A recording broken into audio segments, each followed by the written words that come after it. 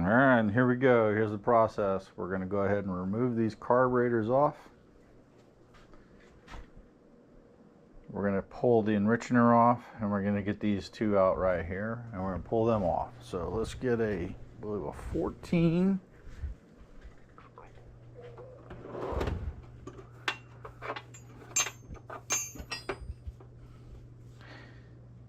And a good Phillips.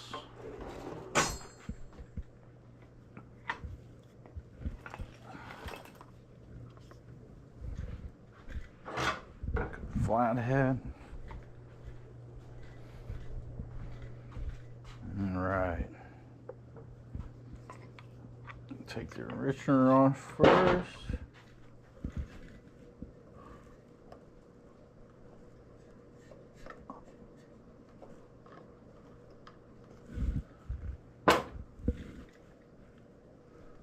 There's a plastic nut here, guys, so be very gentle with it. Alright, just pop it loose. Make sure your choke cable's all the way off. It's an enrichener, not a choke. This is an actual extra carburetor circuit that supplies more fuel. It's just like an extra jet. When you shut the cable off, it clogs the hole and doesn't allow that extra fuel to go through. So if your bike is actually running better with your choke slightly on, that means your pilot jet probably needs to be a little bigger. Alright. Alright. Tuck this up here out of the way. Alright. A couple Phillips here.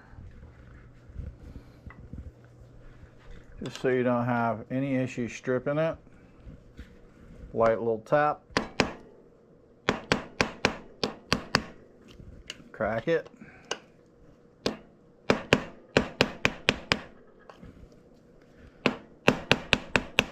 and crack it.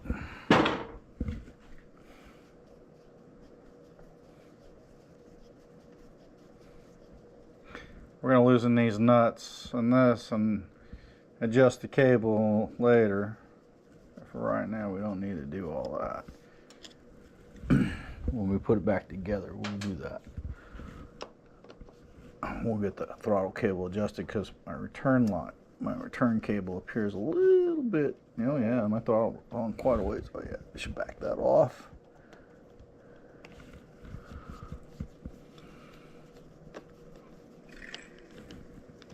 Uh-oh, guys. Somebody's reaching out.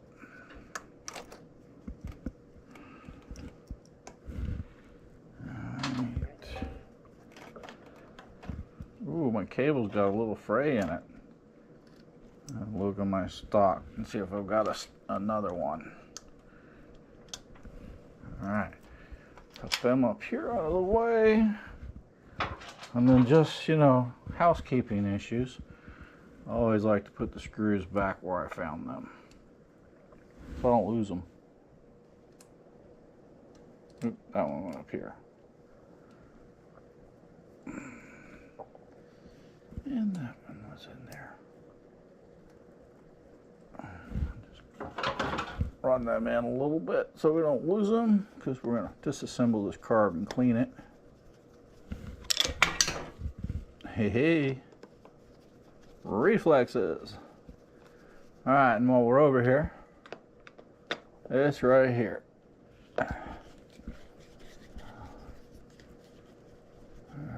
Completely remove it and take that band out.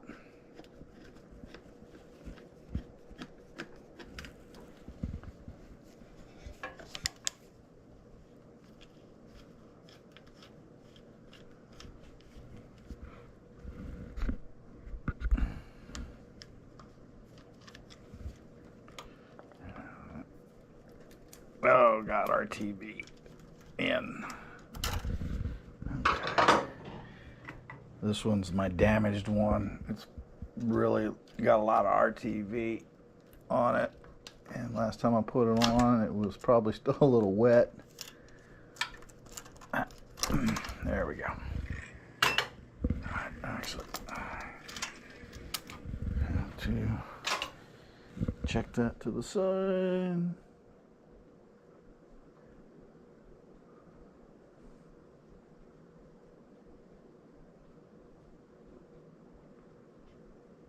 Sorry guys, I have to just return a quick message and then we'll get back to it. I should get a reply here real quick as an automated response. Alright. As you might have noticed, I'm not wearing my brace right now. I'm hoping my doctor tomorrow tells me that I don't have to wear this stuff anymore and my thumb is ready and healed and ready for physical therapy. Alright, so we got the lower one off. We're going to take the upper one off. And we might time lapse this or speed it up. Who knows what we're going to do once we get this going. But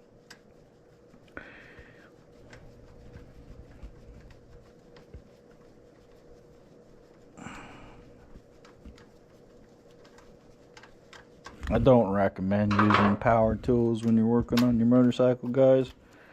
Alright. Alright, go ahead and just take it all the way off.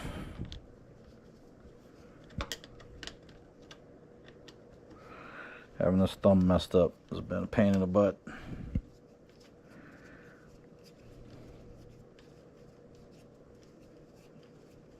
But I tore the ligament at the base of my thumb, and I have a damaged tendon from the top joint to the middle joint, and it's what they call trigger finger. I can't bend it because the tendon got damaged and it won't move through the tendon sheath correctly. I might end up having to have surgery, but I gotta go doctor tomorrow. That's what that text was about. Hopefully that's all gets sorted out. Alright, this upper boot, you guys can probably see. I don't know if it's clear enough in there. Let me see. Add a little light. Alright guys. Right there. Alright, so we took the bands off and we're going to pop this up and slide it up into this. You see how once we get it off, you'll see there's an inner spigot that hangs down, comes down into that, and that's what that band clamps on, right? And then this goes on the top of the carburetor. And when you pop it loose, it'll slide up on the spigot inside the backbone of the bike. This is a hollow tube. See this big opening right here? Goes right up in. This is all hollow. You can stick your hand right up in there. You can get right up in there. It's all hollow. And oil collects up in there, dirt, grime, things. So make sure you keep your air filter box tight. Alright, let's see if we can pop this one loose. I like to take a long flathead and gently work my way around it, feeling for, see if it's loose. And sometimes what you want to do is warm this up. And this one's pretty damaged. I guess maybe I shouldn't. I don't want to damage it anymore, just in case I have to use it in an emergency situation. The other one's actually in fairly decent shape, so I'll probably take a lot more care with it. But I've got two more that were given to me. Alright, I find that when I've done these, I've had this on and off many times. This is a replacement engine. Alright, see how I can turn them slightly? That tells me they're loose. Alright, my thumb wasn't so messed up. I might be able to grab it easier and work it. Alright, you see how it's starting to move up in there? Alright. There you go. It does slide up in there, see? And now you can see the top of the carburetor where this clamps down. Alright? And so this is where heating that will come into better play, as it won't be brittle and you can manipulate this to get the carburetors out, right? So, but I find what I want to do is, now that I got this up, what I do is I will take the other one and do the same thing, raise it up, and then I'll lift the carburetor back up into this, and then remove the lower ones. And so we'll get to that in a little bit. So let's go to the other side, and we'll repeat this process on the other side.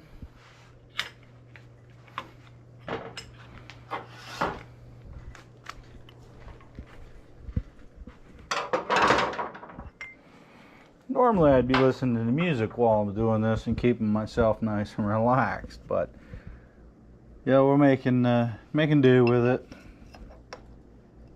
Alright, I'm popping this choke loose. Sometimes you have to take this little vacuum line that goes to the air cutoff valve out of your way to get clearance in there.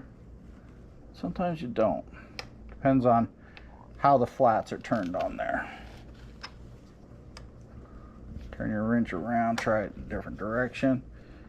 If you can get on it, try not to round it off and break it, because it's just plastic. You know what, guys? This might not be 14.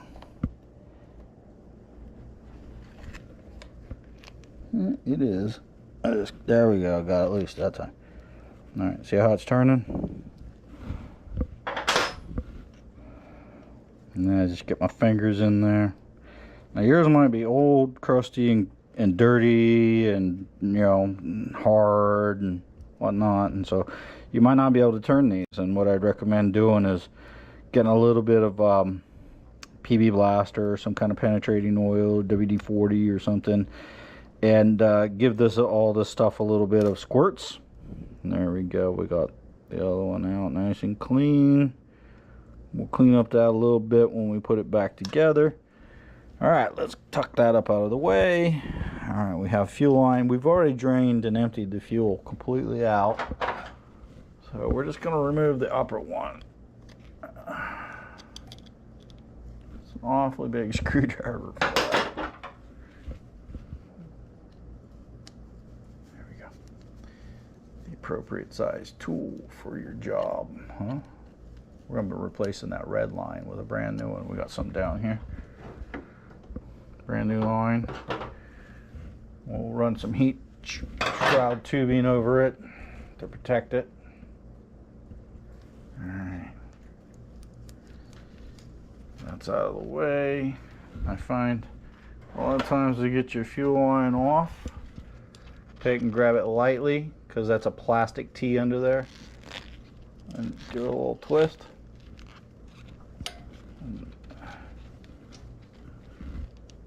I'm grabbing the hose outside of where the T is now and just kind of pulling it. That way you're not pinching it tighter on there, because you still got to make it over that little nipple. Alright, so I know it's moving now. I'm done with them. Put them away. And boom, she's off, out of the way. Alright, carburetors are almost free, guys. Alright, we got the upper one here. We're going to go ahead and pull these off. Remember, the upper ones we're going to take completely off, because these boots got a little lip in them. You see right here how the little lip is? That's what you're looking at up in there. It's got a little line that says up. So that's got to slide up in there. We'll take these off. So I suppose you can loosen them up all the way and slide them down over the lip, get them out of your way if that's easier for you. Time is the thing. I'll just take mine completely off.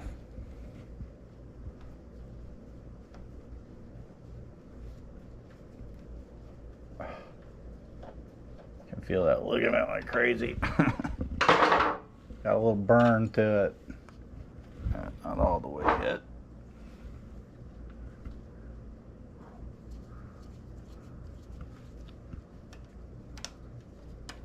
There she is.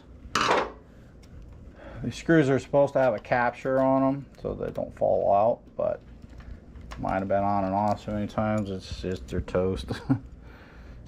They're pretty thin, so watch bending them. You can break them, and they're thin and special kind. See, to go around that clamp. See how thin that is? So if you break it, good luck finding one, guys. You can find them used, they are out there, but usually these boots go quickly. I've been searching for years on eBay. I've been trying.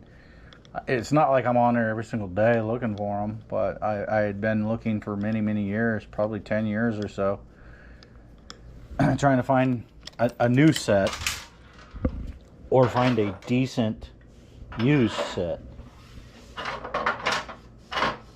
Well, she went somewhere. There it is.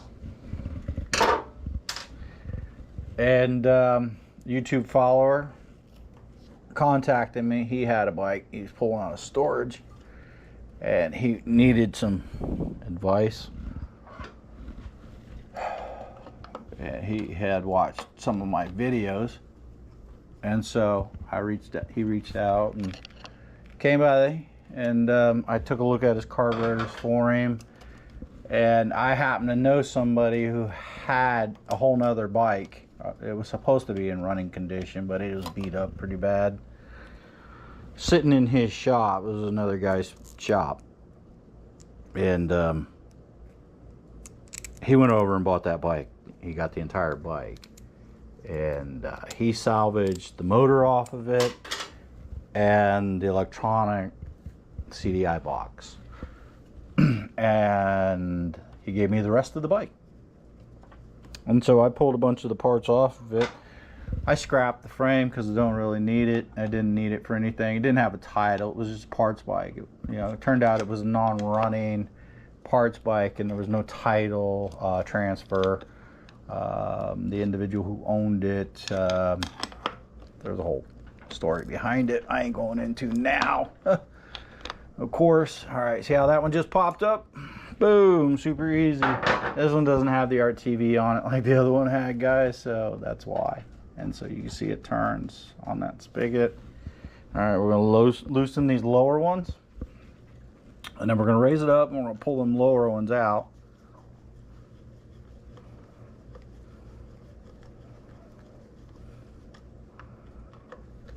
I'm gonna leave the bands on. I'm not going to take them all the way off, but I am going to loosen them enough to where they turn.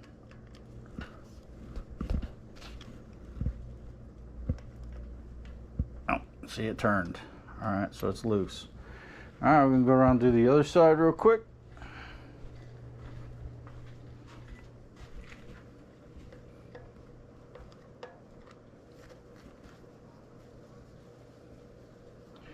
I'm suspecting that I've got a stuck slide or clogged jet or something, or something's going on with these carburetors, because the reason if I accelerate, it'll accelerate hard until I get up to about 70 miles an hour.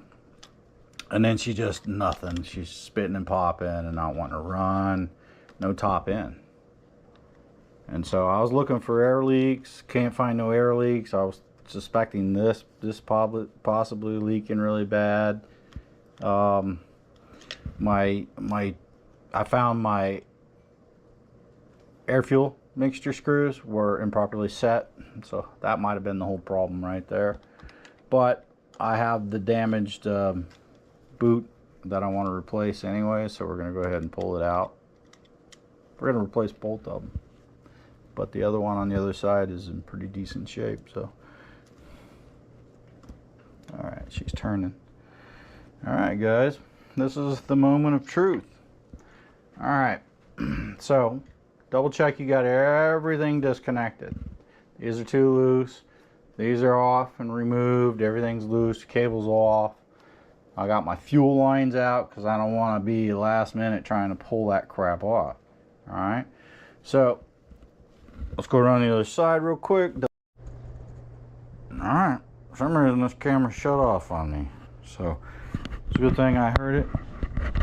So we're going to come around the other side now, and we're going to go ahead and double check. We got fuel line off. These are connected to each carburetor, not to the bike.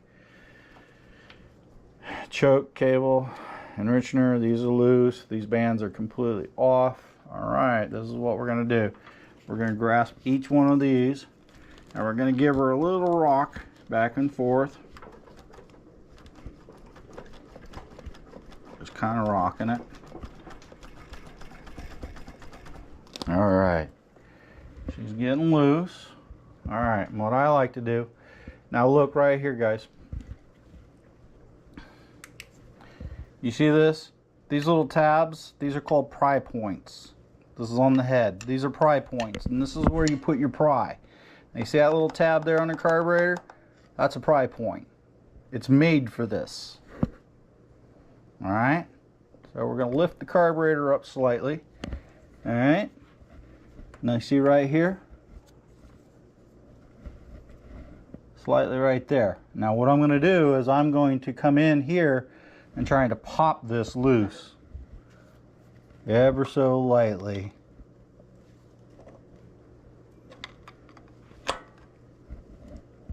See how it's lifting? I'm kind of getting my screwdriver in between that point and that rubber boot, right? So now I got it kind of in between. Kind of give her a little twist. Boom, she popped up out of there. The spigot came out. We're going to go around on the other side and we're going to do the same thing. All right, now look, same thing on the head here on this side. I got a little bit thinner screwdriver for this. So that was a thicker one. This one's a little thinner. It fits in there better. And it don't take much. Look guys, a little bit of light pressure. Light pressure. You ain't yanking on this thing, man. You ain't working on a Mack truck. Aluminum. All right, guys. Gentle. Just a little steady pressure. And then I'm going to get the other screwdriver. Same thing. There's a little port here. See that pry point?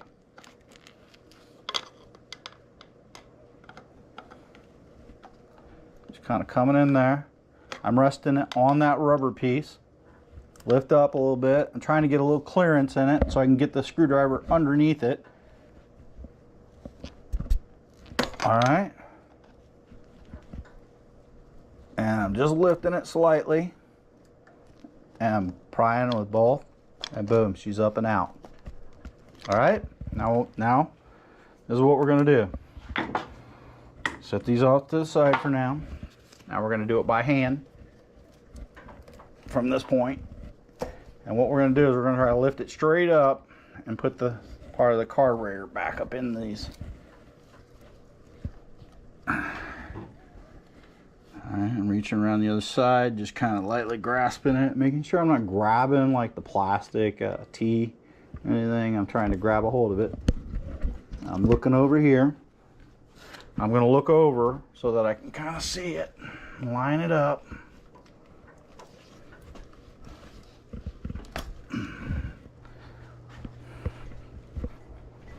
Just getting it all popped loose.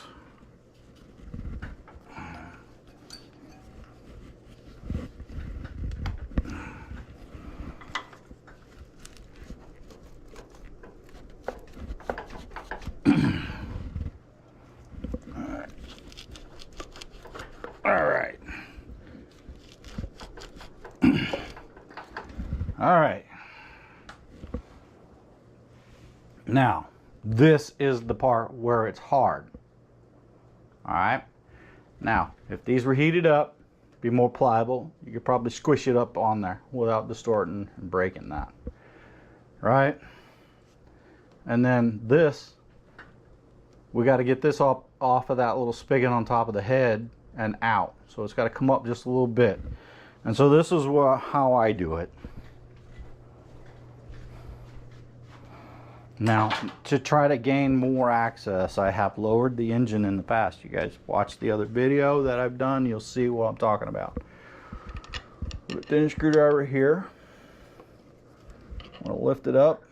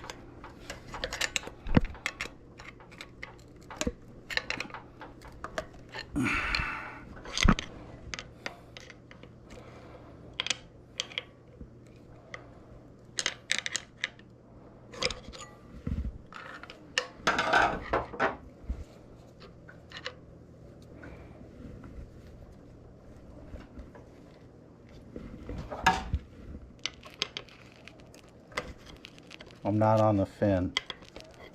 All right.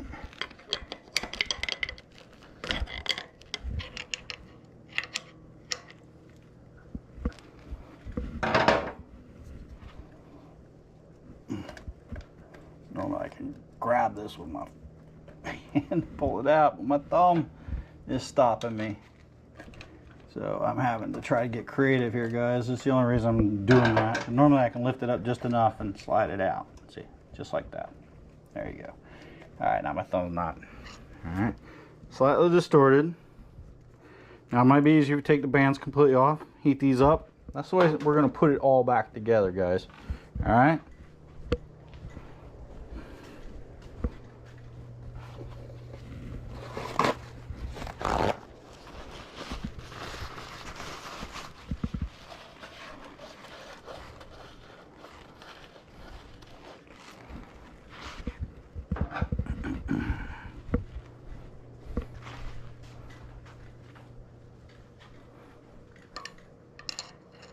A little bit smaller, these long handled ones, you know, so yeah, one's a little bit wider.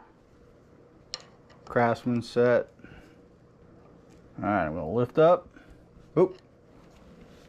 This is why I think this is why I was fighting it, guys. This one wasn't up in there. It didn't go up into the boot. It got caught. It's so distorted. Like maybe when I twisted it, it got turned slightly. Alright, come on. Don't want to damage it any more than I have to.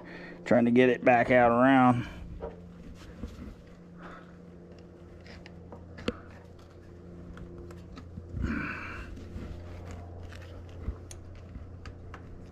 There we go. A little bit. There she is. Oof. Alright, now lift it up into place. Alright, I gotta get the other side over too, so I'm having issues with gas. She's slightly out of alignment. There, she's on both of them. Alright, now it's all the way up. Screwdriver. And lift. Alright, getting this up off.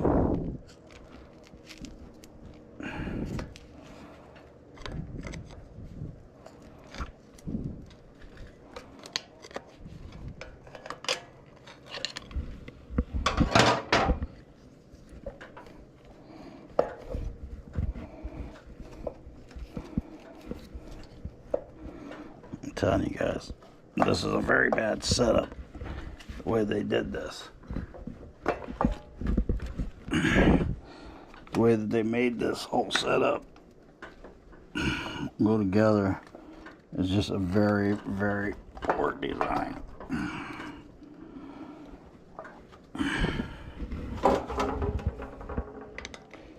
Alright, I'm going to lift up, come in here.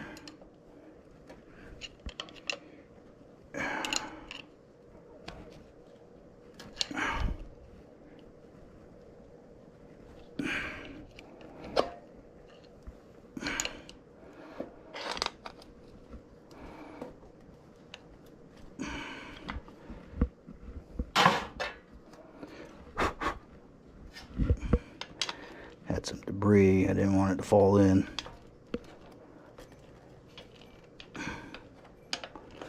Alright.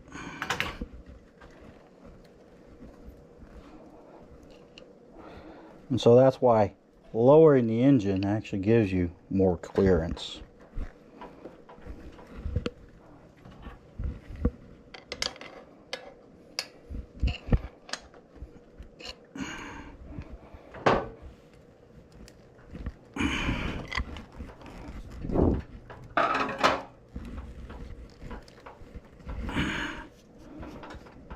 I would recommend lubing these before you put them in. W40, something like that. Alright, now we can come down Alright, get these up as far as you can go. Don't let them come down any.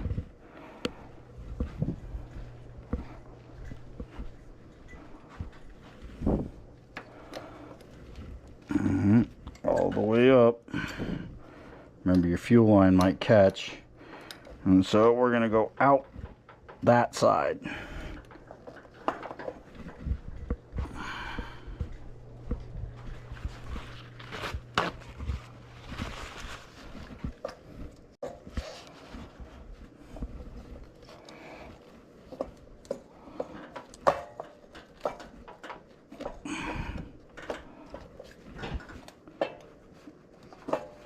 My fuel line's hanging up, so gotta just hold it down.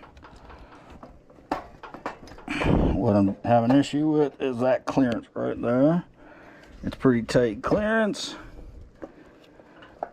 so you gotta just kind of turn the carburetor just enough to get it to come out of there.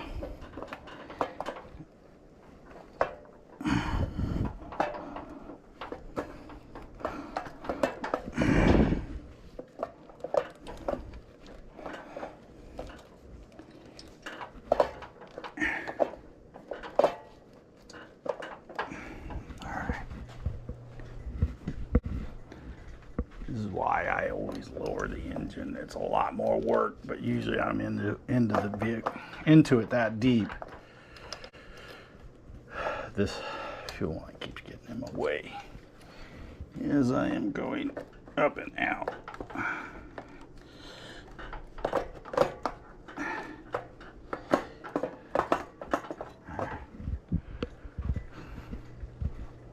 It's real tight.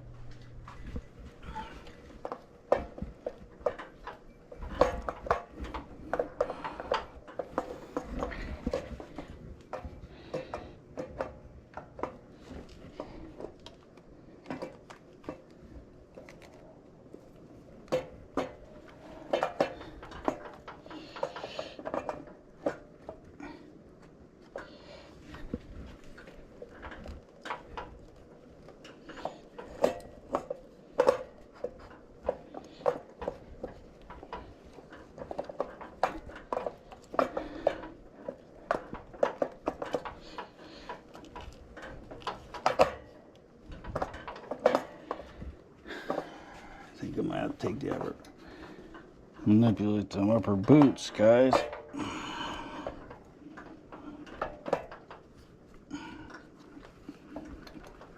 What is going on here? There's just not a whole lot of clearance. That's what the problem is.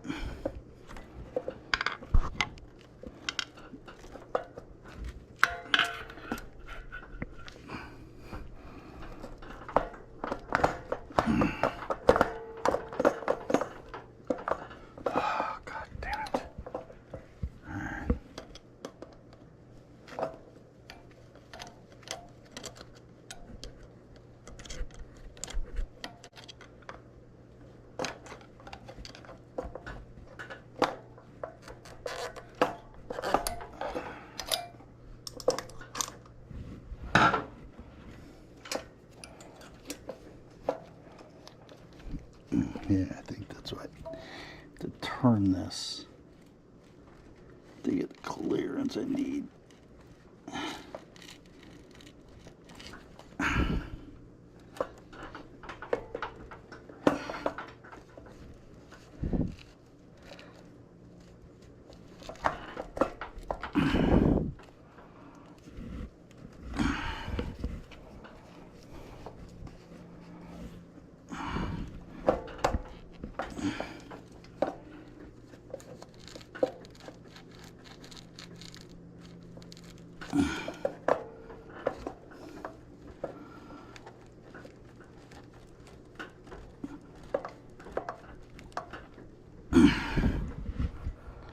tell you, they couldn't have made it harder to pull the carburetor on this particular bike.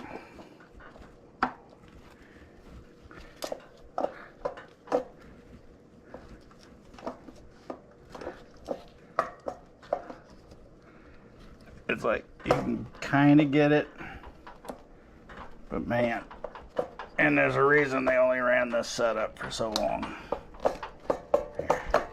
So what I did was I had to manipulate by turning the boots. The other one I turned around backwards so I can get clearance, and I was able to get this up over that fin. Alright, now I just need to manipulate it just enough so that I can then get it out. See how it's catching here? So we're going to turn it to get the clearance.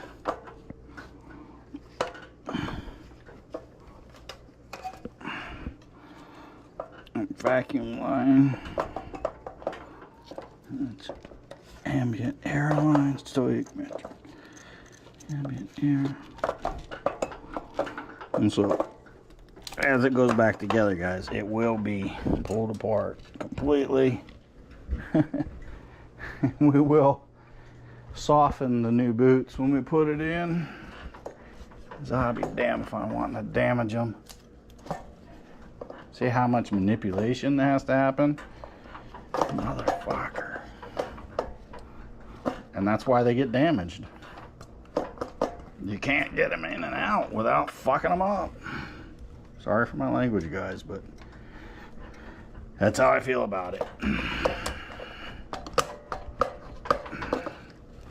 What I'm doing is I'm turning the rubber boot slightly because they're angled. There she comes. Just like that. Set this over here. Alright, so these come down.